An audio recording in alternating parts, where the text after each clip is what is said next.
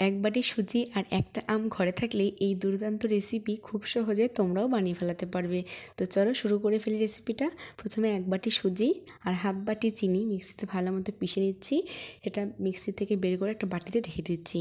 এবার একটা পাকা আম ভালো মতো পরিষ্কার করে ধুয়ে পিস পিস করে কেটে নিচ্ছি। ফাঁকে বলি, যদি রেসিপিটা ভালো লেগে থাকে বেশি বেশি করে লাইক আর শেয়ার করে দিও। এরকমই নিত্য নতুন রেসিপির জন্য প্লিজ প্লিজ প্লিজ সাবস্ক্রাইব করে পাশে থেকো। তো চলো আবার রেসিপিটাতে ফেরত যাওয়া যাক। আমটাকে পিস পিস করে কেটে নিয়ে মিক্সার জারের মধ্যে ঘুরিয়ে নিচ্ছি, মানে আমের পাল্পটা আমি বের করে নেব। তোমরা চাইলে হাত দিয়েও পাল্পটা বের করে নিতে পারো। এবার যে গুঁড়ো করা সুজি আর চিনির মিক্সচারটা আমি রেখেছিলাম তার মধ্যে আমের পাল্পটা দিয়ে বড় চামচের 2 চামচ গুঁড়ো দুধ দিচ্ছি। মানে আমি এখানে 5 টাকা দামের যে স্যাশে গুঁড়ো দুধগুলো পাওয়া যায় সেটা 2 প্যাকেট ইউজ করি।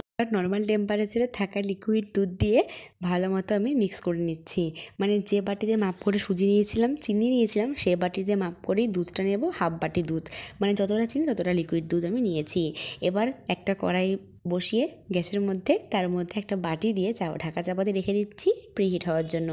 এবার একটা কেক টিনের মধ্যে ভালো মতো তেল ব্রাশ করে ওপর থেকে ময়দা ছিটিয়ে ডাস্ট করে নিচ্ছি। এবার ওই যে মিক্সচারটা আমি করে রেখেছিলাম আম আর সুজি, তার মধ্যে বেকিং সোডা মানে হাফ চামচ বেকিং সোডা আর 1 চামচ বেকিং পাউডার আর সামান্য একটু সাদা তেল দিয়ে ভালো মতো মিক্স করে ওই মিক্সচারটা কেক টিনের মধ্যে ঢেলে দিয়ে যেটা প্রিহিট করা ওভেনটার মধ্যে, মানে গ্যাসের ওভেনটার মধ্যে আর কি, বসিয়ে দিচ্ছি। এবার 40 থেকে 45 মিনিট ওয়েট করলেই কেক কিন্তু আমাদের একদম রেডি।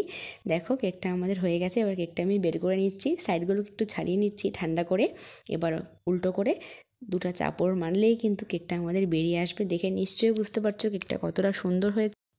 এই কেক বানাতে কিন্তু কোনো রকমের বাটার পেপার অথবা এসেন্সের প্রয়োজন হয় না।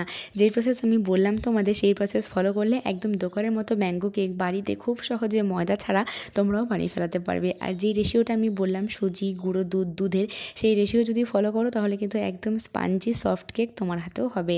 আমি কেকটা কাটছি, দেখে নিশ্চয়ই বুঝতে পারছো কতটা স্পঞ্জি হয়েছে। তোমার বানানো কেকও কিন্তু এতটাই স্পঞ্জি হবে এই রেসিপিটা ফলো করলে। তো আজকের রেসিপি এ পর্যন্তই। দেখা হচ্ছে নতুন পর্বে। ততক্ষণের জন্য ভালো থেকো, সুস্থ থেকো। আর হ্যাঁ, কেকটা বাড়িতে বানিয়ে খেলা নাকি, বাড়ির লোকে খাওয়ালা নাকি, অবশ্যই আমাকে কমেন্ট করে জানিও।